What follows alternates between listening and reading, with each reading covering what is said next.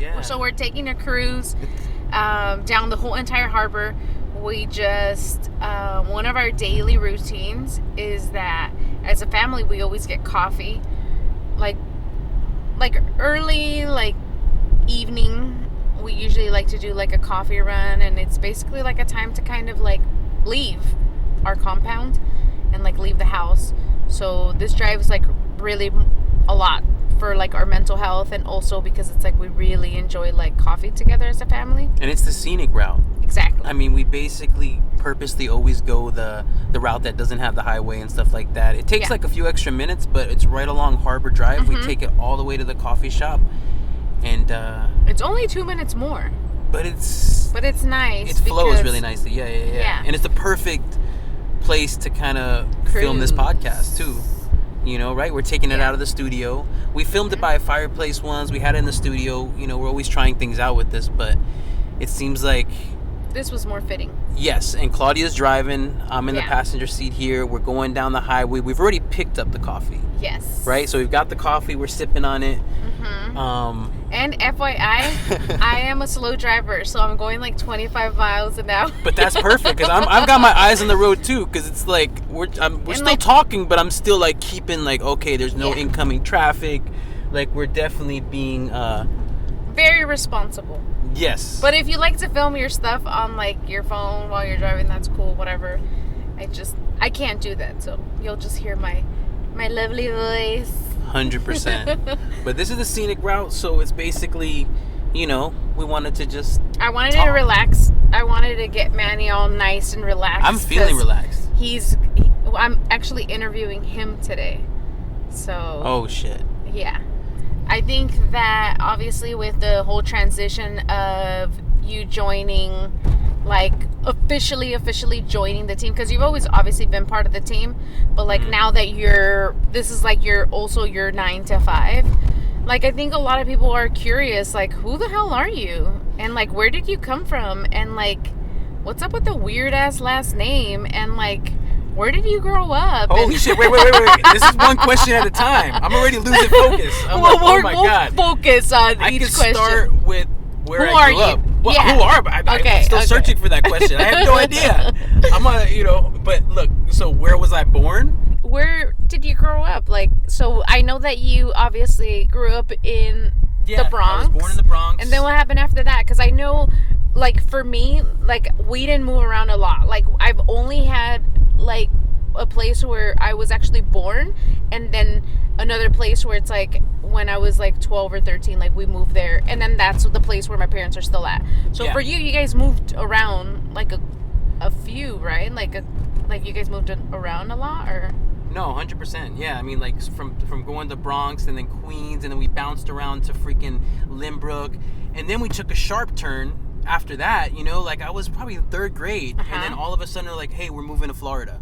And I was just like, I just remember being like, oh my God, I had good friends there. You know, like I said, we were bike riding all the time. Yeah. You know, it was at a crucial age. Yeah. But they had some like justified reasons why they needed to move to Florida. You know, the weather, you know, it was good. The income tax, and it was family. But there was all these other things. And I know my dad had opportunities down there too. So it was just like, but as a kid, you just have no choice. You know, we literally fucking packed up all of our shit in a van and we drove down to Florida, you know, as a family and everything like that. And it was a total switch. It was a total switch from like fucking, obviously, even Limbrook, you know, it's a suburb of New York, you know, so it's not like city life, but it was just a total mentality switch from New York to fucking Florida. And it was Lakeland.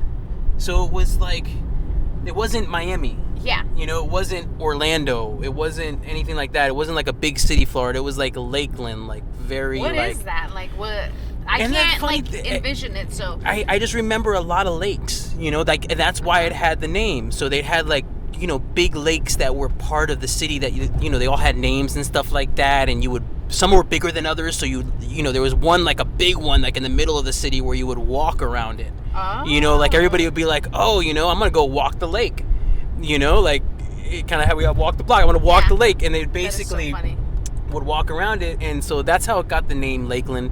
But you can just imagine, you know, just put your eyes together and imagine just a very kind of small southern Florida town, whatever, you know. It doesn't look good. No, but I mean, but honestly, there was so like a lot of, obviously, you know, there's always a flip side to everything. There's so many good people there. There's even people that I'm friends with today that I met there. Yeah. You know, and that was and we lived there for, I was probably in Lakeland till, oh God, when did we move?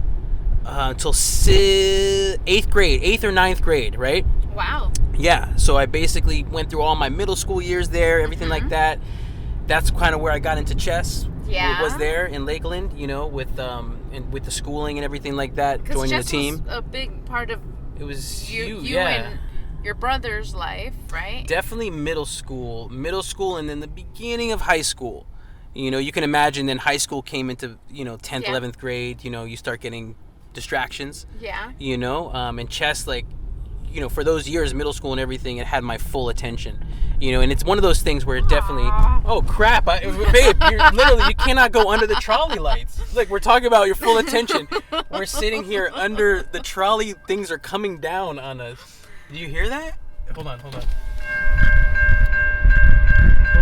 shit. The trolley wanted to make an appearance. Yeah. So chess was like a huge part of you guys' life, and I remember one of the first times that I had visited your family's place in Florida. I remember thinking, because it's like I had never been to Florida, and all I could think about, like, when I would tell people, oh, I'm gonna go to Florida, they were like, oh, you're going to Miami? I heard it's really, and then I was like, no, we're going to like this place called Vero Beach. Yeah. You know? And that's where I moved from Lakeland, and then we moved to Vero Beach, which is another place on a map that I had never heard of before. You know, and then plus I was yanked out, I think it was right in like freshman year. So it was just another crucial time. I had just bonded with all these, you know, friends, you know, from middle school and stuff like that, and had all these, you know, relationships through chess and stuff. And then we scooted like 4 hours away to another town that I knew nobody. You know what I mean? So it was just like, oh, I'm plopped into a high school. Yes. You know, at the point where it's just like, and then, oh, what do you do? Oh, I play chess. Yeah, you nerd. know, boom. And it was just getting hit left and right. And it took me so long to kind of dig out of that a little bit, because I was the new kid at school. Yeah. And basically, you know, and then they knew I was a chess nerd and stuff like that, so that didn't help. And I was at the age where I just wanted to fucking, you know, score the fucking hottest girl that was there. Sorry, babe. But you know what I mean? Like, I wanted to basically, you know, find a relationship, this and that, and none of these things were, you know, so I had to. They didn't work in your favor. They weren't working in my favor. Your mom knew what perfect contraceptive to use in order for you not to get laid. Chess. Really? Holy She's shit. Like, I never thought about it that way. My kids, they're never going to be able to get some ass.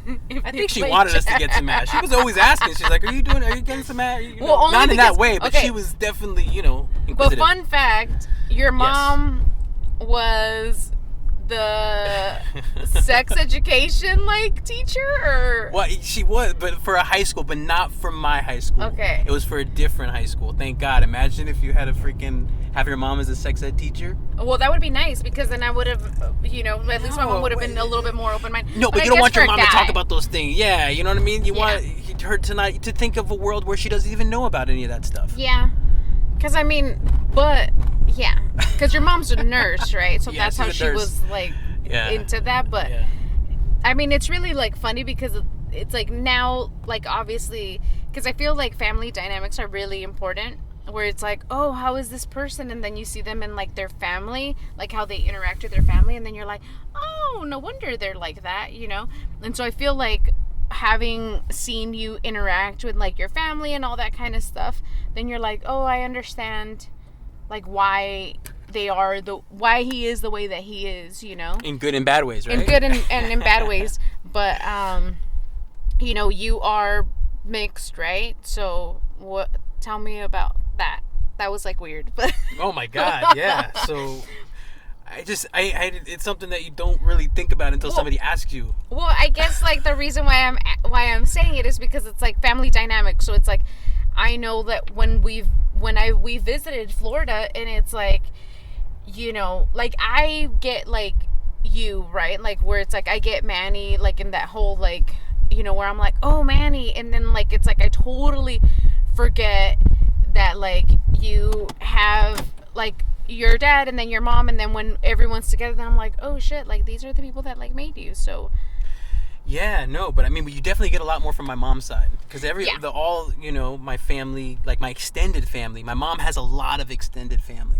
Yeah. Basically, so the Puerto Rican side, basically, a lot of extended family there, so a lot of culture. Definitely heavily from the Puerto Rican side of my family. But from my dad's side, he's really the only. He's Polish. My dad is Polish, right? But he doesn't have a large extended family. No. Like his parents passed away when I was young. His sister passed away a year before or after his parents. Yeah. When I was young. And then the rest of his family, a lot of his family was killed in World War II, the Holocaust. Yeah. So they were and that's how my grandparents basically got over here. They were escaping Poland. They had to go through Africa and everything like that, and they eventually got into LSI, basically got in through New York and just got out of there, got out of Poland at that time. But a lot of the extended family did not. Yeah. So it's like I don't have that that experience with that side of the family. I just have my dad, and my dad is extremely, extremely, extremely quiet and private. Yeah. So you know that. I mean, yeah. So you'd probably be amazed that I'm even on this podcast, talking to, this and that. But I mean, it basically is, that's that part of it, that I have the heavy, Puerto Rican influence from my mom because the family's always there, the cooking was always there, and she's from New York too. So my mom was raised in the Bronx. Yeah. It's not like me where I was just there for a few years. Like my mom was raised legit in the Bronx, with a family and everything like that, huge family around her. And she's still like, right, when you talk to her now, she sounds like Rosie Perez. Yeah. You would never, so that's that side of the family. But yeah, my dad's just very quiet, but just still, I'm trying to learn. I have to do more of my own research on that side. And I remember we were doing like a little bit research with like when we did like Ancestry, and then you found like your grandfather's like entry card. Yeah, those things are so amazing to me. Yeah, and it's like the handwriting was like, and I was endlessly amazed by that kind of stuff, especially because I just don't know anything about it. Yeah. I just don't know much about it, so it does feel like kind of an excavation where you're kind of digging and trying to find different things, and one thing leads to another, and you did get, because we did our DNA, like that we did a 23andMe. Yeah. And then you ended up meeting, like, my mom connecting with someone, and they were like, was it the lady that like she was like an eye doctor or I forget? I think it's a heart doctor, but in New York. But my mom ended up going to meet her. I'm like, hey mom, I think we're related, because it got hit a couple of times, like her son, everything like that. So then my mom's like, well, I recognize that name. Yeah. And then so she talked to my dad, and like, oh my God, yes, that's actually one of my dad's family members, da da da da, and they made the connection. And then, that kind of shit's fucking amazing to me because it wouldn't have happened before. You wouldn't have even thought about it, but now we can make these things possible. And I think it is good to kind of learn about the past always, Yeah. Not that it just repeats itself, but it's just fucking, it's entertaining, it's cool, it's fucking, it's fun, and it keeps my, and yeah. I don't know. I think that... Sorry. I think I love, like, how I've always been with like my family stuff, where it's like I've been like on this hunt where I'm like, I don't even know where to start, because it's like for me when I did my 23andMe, like I was like, I want to know like where I'm from, maybe like I'm like really exotic, and then it was just like, you're European, you're like from Spain, and you're native to Mexico. And so I was like, oh, okay, so they would like, I'm from like this Native American tribe in Mexico. But it's like, since basically it all ends with like my grandma, and so my grandma, like, she doesn't remember anything. So then I'm like, well, like, where was your mom born? And she's like, also here. And then you're like, no, like, we need to like try to figure this out. So it's like so difficult to like really know where you're from, because it's like I feel like that, like, I like there's like that missing link for me, where it's like I want to know where I'm from, because it's like, I don't know, like it feels like there's like this void where it's like I need to like know like where I'm from, and like maybe inspiration will come from that, and so it's been like one of those things where I'm like, and I feel like I keep hitting like a dead end, and I'm like, great, like now I'm never gonna like find out, but I feel like obviously the past, and like, especially like with relatives, and like figuring out like more stuff like that, it's awesome. And it really like, because it's like your grandparents were a certain way, and then it's like your parents get that from like them, and then it's like I know that you have like a lot of like your dad's stuff where it's like you could be really quiet, but then I know that you have a lot of your mom's stuff, so it's like imagine like all those little pieces that we get from everyone. I think amazing, that's cool, you know. But another question. Yes. Oh, is this the last one? Oh, no, there's more. Oh, okay. Fuck. So okay, so we basically talked about, you know, where you're from, like who you are. Still figuring that out. Because obviously you're Puerto Rican and Polish. Yeah. And then you have a little bit of French, right? Yeah. My dad's side, oui. Polish and French. Yeah, that's right. I forgot about that. And so, and okay, so that, and then what is like your ultimate like where do you ultimately like see yourself in like 5 years? In 5 years. In 5 years, yeah. Man. Because you're gonna be what? So I'm gonna be I have to do math. Let's see. I'm gonna be 42. Okay. I'm probably gonna be 42 years old, which is not a very significant number. Why don't we kick it to 40? Like, where do you want to be when you're 40? All right. Where do you want to be when you're 40? And I don't have a crystal ball, so it kind of just seems like a pointless experiment to be like. But I just know I'm gonna be in a position where I'm going to feel more in control of my destiny at that point in my life. Where, you know, here we always have goals. We've kind of figured out how to achieve goals and stuff like that. But to be fully in control of your destiny, it's like we have to be able to own some kind of property. We have to be able to do things like this, you know, and to be able to live a creative life. Yeah. You know, and that's no matter what it is. I mean, the vision is blurry. I you know, for anything, it's like, oh, I want to be this, and this, and it's like, dude, life will slap you in the face and call you a fool. Like, you obviously have to have a vision, but it's like the vision is a little bit blurry for me still. But it's like, but where do you see me at 40? I mean, I think I remember when you had turned 30.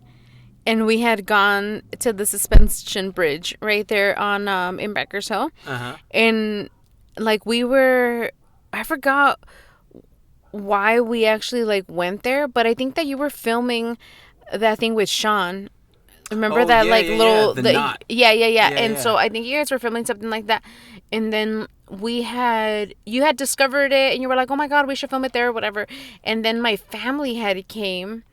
And then we walked over there, and I remember like you kind of like had like a hard time, like you were like, "Fuck, I'm 30," and like it was like Ice was like I think like 2 years old or something, and so you know she was like really small, and I remember, you know, you were like, "I'm 30," and like I feel like that's like everyone's kind of like thing, right? Where they're like, man, by 30, I want to do this and I want to do that. And I don't think that that's like a really like healthy thing to do where it's like, by 30, I want to have all this shit. Because it's like life, especially right now, is like so unpredictable. So it's like we never really like know what's going to happen. And it's obviously good to have like goals, but not if you're going to like look and be like, well, all my friends, they're all 30 and they all have a house and they all have like their careers like all set. You know, I feel like that's like it's never good to. Well, that part, like a comparing part, is obviously always toxic when you compare. But I'm saying like it's okay to fucking hold yourself accountable. For sure, yeah. You know what I'm saying? And saying like, hey, like I wanted to have this by this age. I wanted to do this. And it's, you know what I'm saying? And just being honest with yourself and holding yourself accountable and saying like, hey, where are you with all that? Yeah. You know what I'm saying? And it's like, I think it's okay to be hard on yourself a little bit. Yeah. You know what I'm saying? Like, I mean, I think that, like, obviously, like, I know, like, for sure, like, I have, like, so much faith in you that, like, every goal that you've ever wanted to accomplish, you've always been like, I want to do this. And then I'm like, all right, like, we'll fucking do it. Like, it just, like, the reason, like, why I feel like we've been able to, like, accomplish and, like, really crush so many goals is because it's, like, we aren't just goal oriented, but we are also problem solvers. So it's like whenever there's like an issue, we're like, well, let's get creative and kind of like fix that, you know. And so I feel like that has really like to work in our favor, where we're like, yeah, that happened, but it's like also like living that, like, when there's a will, there's a way, you know, and being like, well, if you really want this, like, what are you willing to like do, you know? And so obviously like I'm more like where I have like shorter goals, like where in the week, like we like just recently got like the freaking whiteboard and we have to write out all of our stuff that we have to get done during the week, which is like good because it's like now we're really holding ourselves accountable for that kind of stuff. But it's like I feel like in the last, like, I think it's been like a year where we've been really having like this gigantic goal where it's like we're constantly like just kind of like, that's what we're gonna do, that's what we're gonna do, that's what we're gonna do, and we keep reminding ourselves that that's what we're gonna do, you know? And so it's always good to have that in like the horizon of where you're like, that's where we want to be. But it's also really good to have like those achievable goals. Yeah. You know, oh, that's because it's thing. like yeah. But because you know I could ramble. But what was the original? Where do you see yourself in 5 years? 5 years. No, okay. But you did say you're like you're like shit. I didn't prepare for this one. No, okay. Right. So another one was, so the other day we were in the car and it was like really interesting because I was like, you know, I'm like, oh, you know, because where did you go to school? Where did I go to school? Yeah. What do you mean, for like elementary, middle? No, like college. Oh, you know, I originally went to UCF, which is like short for You Can't Finish, University of Central Florida, and they were right because I went 2 semesters and I kind of left it. Not 2 semesters, 2 years. My God, 2 years I was there, and I fucking switched over to Full Sail, which is like right down the road. If you know Orlando, it's like right down, you know, on Goldenrod Street, and it's basically a film school. And I love film. Yeah. I've always loved film. But, you know, it's always the thing of, like, I love watching films. I love all this stuff. But it's like when I went there for the school, they were teaching me, like, basically how to wrap the cords, how to be a grip and everything like that. And I totally understand it. But it made me realize, like, while I was mid into it, it's like, man, I love the film itself. But it's like, I can't do like a 6 month, you know, I can't be attached to that thing for 6 months and the film, everything like that. But someone has commitment issues. Yeah, but at least it helped me realize. But it's just, that's why it's so cool, kind of what we're doing right now, because it's more like, you know, it's fun. Like, we still get to like film stuff and everything like that, documentary style. Because what I think what you're doing is fucking amazing, you know. So I see it every day. So it's like I've seen it for years, you know. Me too. Yeah, and I see it every day. I'm like, oh my God, this is fucking amazing. So I kind of got used to the magic a little bit. You know what I mean? But basically, what we're doing now is kind of incorporating both things. It's just the documentary style with what you're actually doing and documenting it, you know. And it's trippy and it's awesome and it's fucking, I love it. Well, it's so crazy because it's like we've worked together before, like where we actually like all day we would spend together. And so like now obviously like you're working like here, you know, in the shop too, you know, but it's not like you're cutting or doing any of that kind of stuff.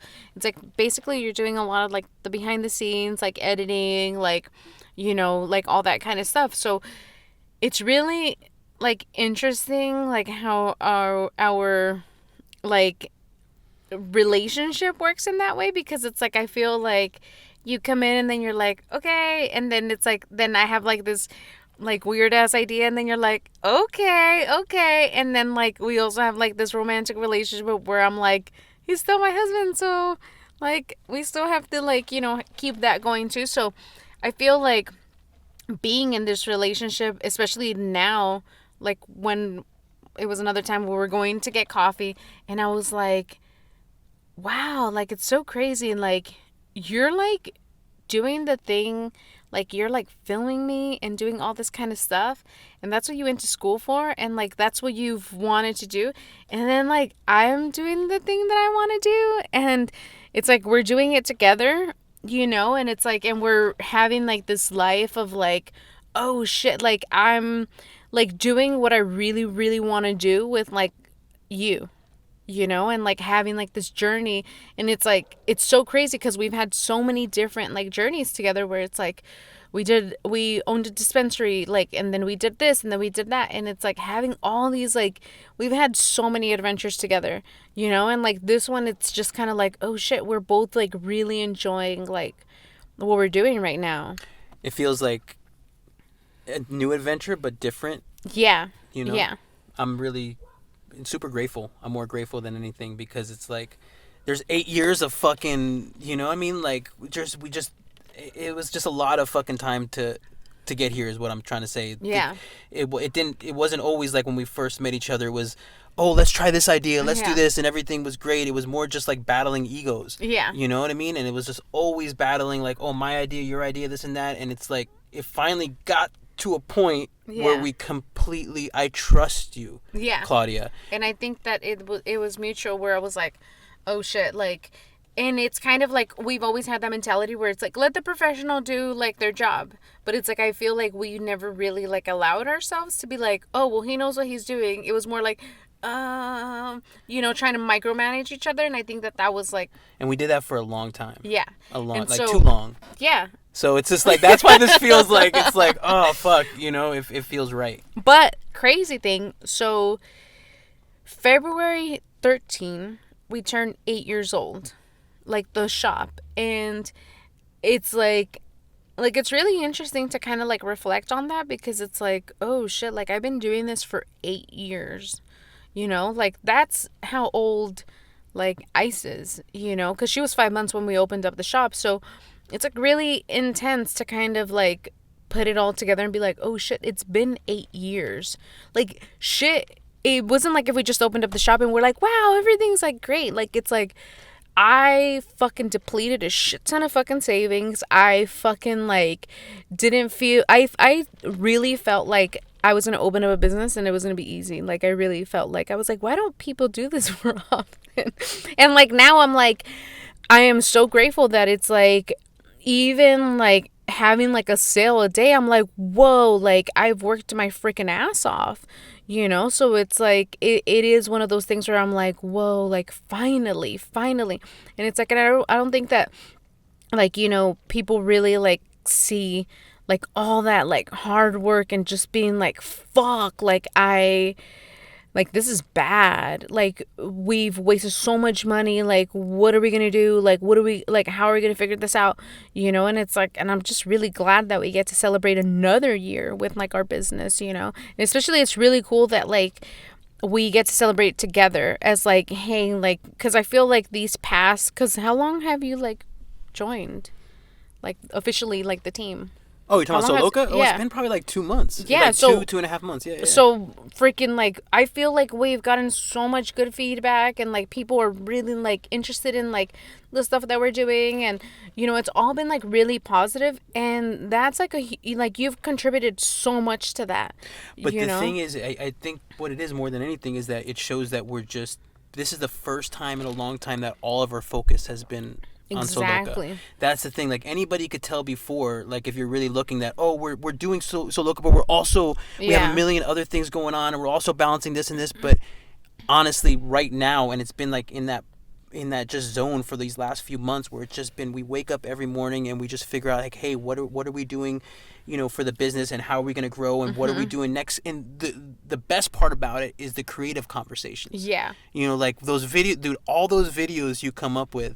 You know what I mean? Like, just like, oh my God, I want to fucking have a banana for a phone. Yeah. I want to put this, and I want to be me from the future. Yeah. And it's like, I love that. I love that part of it is just what keeps me coming back to it, or what fulfills me, because it's like, oh my God, I get to see like that, the creative part about it. We bounce shit back and forth. Yeah. And then when we actually, you know, film it. Yeah. And then we, you know, then you give me like creative freedom to do whatever I want with that. And we do it on a phone. Yeah. And we film it with a fucking iPhone. Yeah. And we fucking edit it with the fucking iPhone. It's not like we use any fucking thing, and that's how we kind of want it. We want always it to be like a DIY thing. Yeah. You know what I'm saying? Like with me, like always growing up, like it was always like, use what you have, you know, like, and I feel like we've made so many mistakes like in past projects where we're like, let's invest in all this shit, like let's get all this stuff, and then it's like, but you don't even have like a good like product. So then it's like, you're just kind of like, yeah, let's get all this crap. And then all of a sudden you're like, yeah, we have all this stuff, but like, we have a shitty product. So it's like, it doesn't make any sense. And I feel like now it's like, all right, like, fucking use a fucking phone, fucking film it, edit it, like, whatever, Just like, get it out quick. Just get it out quick. And it's like, I've seen like cringeworthy fucking like TikTok videos. So it's like, to me, I'm like, dude, like, this is like major original content where it's like, I don't know what part of my brain these fucking like ideas come out of, but it's like, it's very like, it's just like, it's sorry, I just had this thought where I'm just like, why am I gonna waste my time using fucking Adobe Premiere Pro to edit and all this equipment if people are watching shit on a phone on Instagram? You know what I'm saying? If most people are watching their content on a phone on Instagram, it's like, we want fucking shit to be out. It's still gonna be what we're worried about is not like the quality of the picture. We want the quality of the content. Mm-hmm. You know what I mean? Like, It doesn't matter the fucking this and that. It's like, you're going to get quality content because it's going to be something truthful. Exactly. And, like, one of my girlfriends came in and she's like, I'm really liking the videos. And I was like, thank you. I appreciate that. And it's always, like, one of those things where it's like, I blush because I'm like, oh, my God, I really just made a video, like, where I'm talking, like, I'm using a banana as a phone. I'm like, wow, like, I'm fucking 35 years old. Like, where the fuck? Like, it's just, but, like, I really want people to, like, get an idea, like, that I'm fucking goofy as fuck. Like, I'm not, like, the kind of person where I'm, like, intimidating at all. Like, I'm actually, like, I want, like, the videos are mainly to, like, capture, like, how like much fun we're having, and how like we're like super goofy, and like how the brand is that like we're having a good time, like have a good time, like make a fucking stupid video, like who cares, like there's so much shit that's happening that it's like, if you really think about it, it becomes super debilitating. And so for me, I'm like, you know what, I'm just gonna be a goofy ass bitch, and then fucking people could fucking see that. And because life is absurd.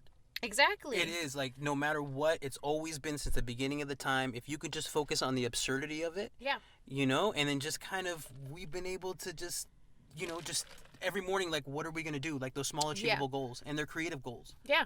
Okay. Yeah, tell me. Last question.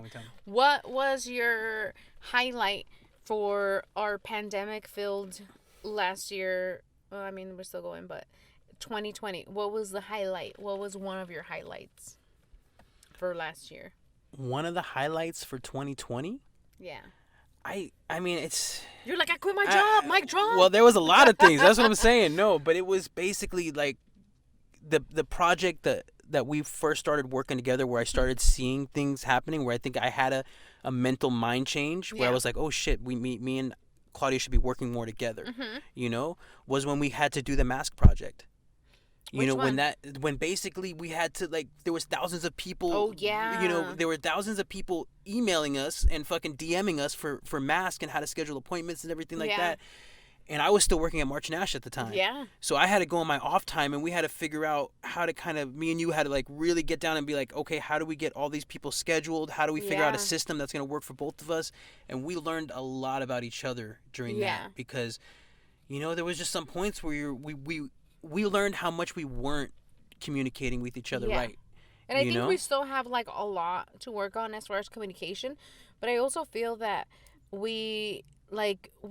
I have a lot of strong points, and then you have a lot of strong points, and then I have, most of my weaknesses are your strong points, and I feel like allowing for us to be like, okay, like, I can't do that, like, you're really good at that, and like being able to use like our strong points in order to like make a good team. Like, I feel like that is like what we are, and it's like really like looking at like what we bring to the table and how like we're able to say, hey, you're really good at this shit, like you should do that, and like giving tasks to each other that you're like, well, I'm not like a great, like, I can't, like, I don't want to talk in front of people, you should do that. And then like dividing like tasks like that, I feel like that has really like made our working relationship like stronger, and obviously the communication, where it's like we're more like, like sometimes I'm like, hey, don't forget we have to do this, and then you're like, oh shit, I totally forgot. And then like 10 minutes later I'm like, hey, don't forget we have to do this, and you're like, oh my god, I almost forgot. So it's like just those constant like talking about it, and just like I feel like being more patient with each other, picking and your just, battles. Exactly. 100%. Like, I mean, we've been married for 10 years. Exactly. Well, together for 10 years, but just getting out of the way. Yeah. Just basically just being like in our, thinking about it, really thinking about it, being like, not allowing ourselves to be the ones that fuck our shit up. Yeah. Like our relationship, it's like, dude, no, like we need to really make sure that we're communicating to each other right, we're treating each other right, and our love fucking, it grows over time. You know what I mean? Like it gets better, and we can kind of weave it all together and working together. I mean, it's a challenge because it's like, never before have we had, but I think in the beginning, but like we were on like for the last few years where, I'd have my other job, my other life for like 10 hours of the day. Yeah. And then I'd come back and then we share a little time, this and that, but it's totally different. I mean, literally, we from the sun up to sundown to, head on the bed, we are basically together all the time. But I don't think that it's been like one of those things where I'm like, oh my god, like I need to fucking get away. Like I've always really like enjoyed like spending time with you. That's my love language, is quality time. So spending time with people, I know that's not your love language, but I think that's the secret too, is that I just gain so much more respect for you every day. Like when I watch you through, like when I'm fucking actually like filming those like things of you doing all this shit, like I knew you did it before, but to actually see it up close, like that makes me like fall more in love with you as well while I'm doing that. You know what I mean? Like, so it's it is like one of those things where it's like I know that like it's only been like a really small amount of time that like we've really like just kind of like really like focused on like, okay, let's do this, let's do that, like within these past 2 months. And so like seeing like how like much we can like actually put into like our business and like really like working together like that, I'm like, dude, if we could do this shit, like imagine how much more shit we could like do, and it's like, and that like makes me feel like super confident in like achieving like that huge goal that we have, and so for me, like I see that and I'm like, oh shit, like if we're working together and we're accomplishing like this stuff, and like every year like we keep getting better and better and better, like I like that goal that I have, we're gonna fucking surpass that shit, and so it's just about like I'm really really grateful, because it's like I know I've told you before, like I've always dated like shitty fucking people that like would never support anything that I wanted to do. And so I remember when we had met and like you were like, what do you do for fun? And I was like, I sew. And then you were like, really? And I was like, yeah, like I sew like a grandma. And then you were like, oh, and then you like seemed interested. That was so cool, because remember context, I was coming from Florida. Yeah. And nobody said, no other girl I asked, but he said like, what do you do? And she says sew. That was never happening. That was like such a foreign thought. I was like, oh shit. And then I remember that you were like, I want to buy like some of your tote bags so I could send it to like my sister and my mom. And I was like, and you did. I did. And then you were like, I had to put something in your trunk. And so I opened the trunk, and they were there like 3 months later, and I was like, this motherfucker just wanted to get some fucking ass by buying 3 tote bags. I just wanted to show my appreciation and I gave for you your a deal. I was like, that was a good I deal. felt used. But it was like so funny. I was like, this motherfucker really played me. But I mean, it is what it is. But it was like so funny because I never had the support in like a partner, where like my partner was like, dude, yes, do it.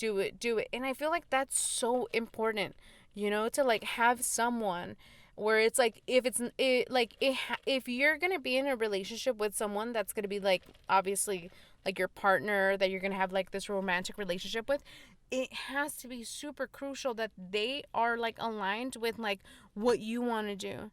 Because or else it's like one of those things where, I was constantly hearing it where it was like, oh, that looks cool. And like eye roll. And it was like, what the fuck? Like, cool? like something that you made and it would be like, oh, that's cool. And it was like, just because you were surpassing people, and people feel intimidated by like you growing as a person, and like, I've never felt that with you. Like, it's always been like one of those things where you're like, oh shit, yeah, like keep doing this, keep doing that, and, I'm super grateful that you're my manager.